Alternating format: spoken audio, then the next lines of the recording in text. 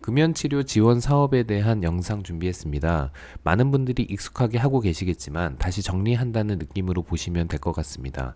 혹시 처음 하시는 분이 계시다면 이번 영상 참고하시고 실제로 해보는 게 중요합니다. 매뉴얼을 여러 번 보더라도 그리고 주변에 노하우에 대해서 물어보셔도 직접 한번 해보는 것만 못합니다. 직접 짜투리 시간 등 이용해서 해보시면 훨씬 더 이해가 빠를 것입니다. 처음 하시는 분이 있다면 먼저 교육 이수를 하셔야 됩니다. 여기 보이시는nosmoking.co.kr 사이트에 들어오셔서 회원 가입 이후에 교육 이수를 완료한 이후에 요양기간 정보마당에 다시 들어오십니다. 공인인증서 로그인을 하고 상단의 금연치료 탭 클릭하면 금연치료 참여 신청 관리 다시 들어가면 이곳에 해당하는 정보와 교육 이수 조회를 하고 참여 신청을 하시면 됩니다. 금연치료 지원 사업 전반적인 내용에 대해서 살펴보겠습니다. 의사가 할 일은 금연 상담, 금연 약물 처방, 보조제 처방이 가능합니다. 금연 치료를 희망하는 국민 누구나를 대상으로 치료자 등록을 한 후 실시할 수 있습니다. 1년에 총 3회 차수까지 지원이 가능하고 한 차수에 6회 이내로 진료가 이뤄집니다. 여기서 혼동되기 쉬운 한 가지 사례를 예를 들어서 말씀드리겠습니다. 만약에 23년도 12월 달에 참여자 등록이 이루어졌고 12주 금연진료 완료 후 24년도 2월 달에 해당 차수가 종료되었다면 23년도에 시작된 금연치료는 전해년도 차수로 인정되어 종료가 됩니다. 24년 2월 종료 이후에 추가로 3회 차수가 가능합니다. 그래서 차수 첫 참여자 등록일을 기준으로 당해년도 3회까지 금연치료 지원이 가능합니다. 6회 이내 진료 및 상담이 가능하고 첫 번째와 두 번째는 본인 부담금 20%를 기본으로 하고 있고 3에서 6회까지는 본인 부담금이 발생하지 않습니다. 참고로 대상자 중 저소득층, 의료급여 수급자는 공단 이외의 국고지원금으로 본인 부담금이 발생하지 않습니다. 약제별 표준치료요법에 따라서 정해진 기간만큼 처방이 가능합니다. 바레니클린 같은 경우에는 총 84일 12주 처방이 가능하고 부프루피온 같은 경우에는 56일 총 8주간 처방이 가능합니다. 한 회당 4주간 처방이 가능합니다.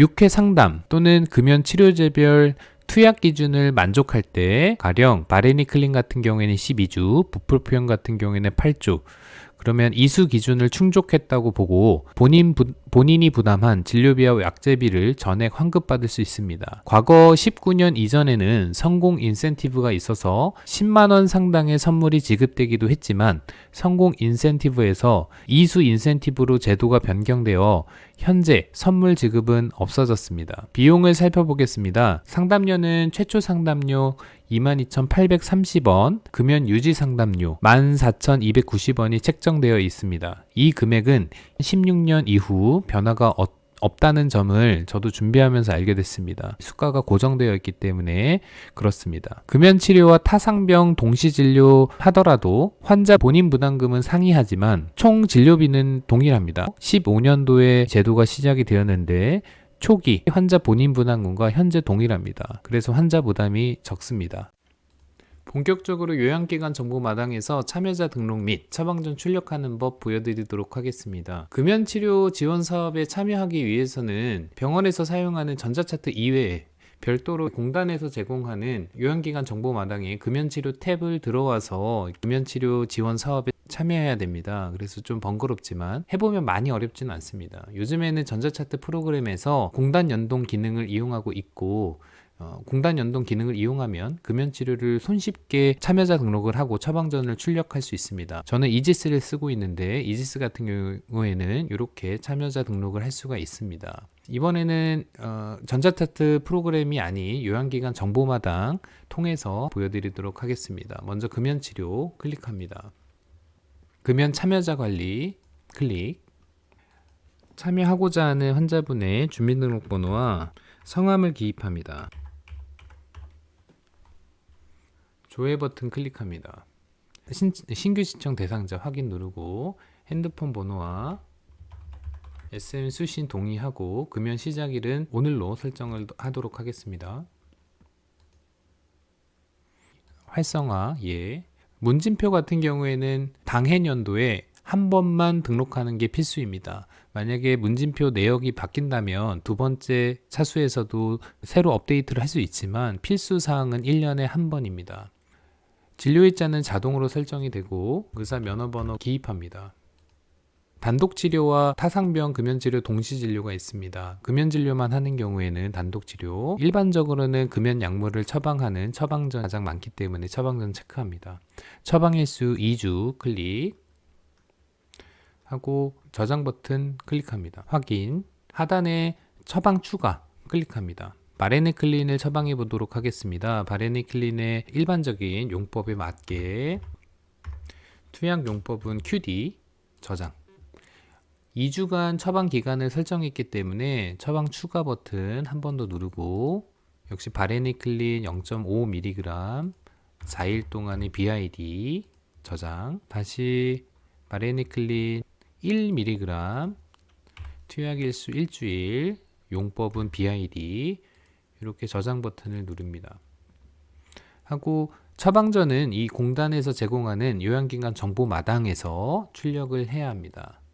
처방전을 확인하고 인쇄 버튼을 누르면 원내 네트워크 상에서 연결된 프린트를 통해서 인쇄를 하고 환자분께 처방전 전달하면 됩니다. 만약에 이분이 두 번째 진료시거나 바레네클린 용법을 이미 1mg을 BID로 하고 계셨던 분이라고 한다면 바레네클린 1mg 2주간 BID 용법으로 저장을 누르고 처방전 출력하시면 됩니다.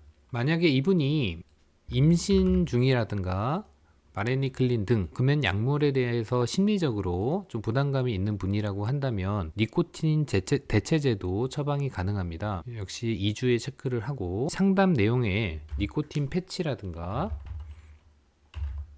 니코틴 보조제의 종류와 용법을 수기로 입력을 해주시면 됩니다. 10mg을 하루에 한 번 2주간 이렇게 간단하게 멘트를 적은 이후에 저장 버튼을 누르고 상담 확인서를 전달하면 됩니다.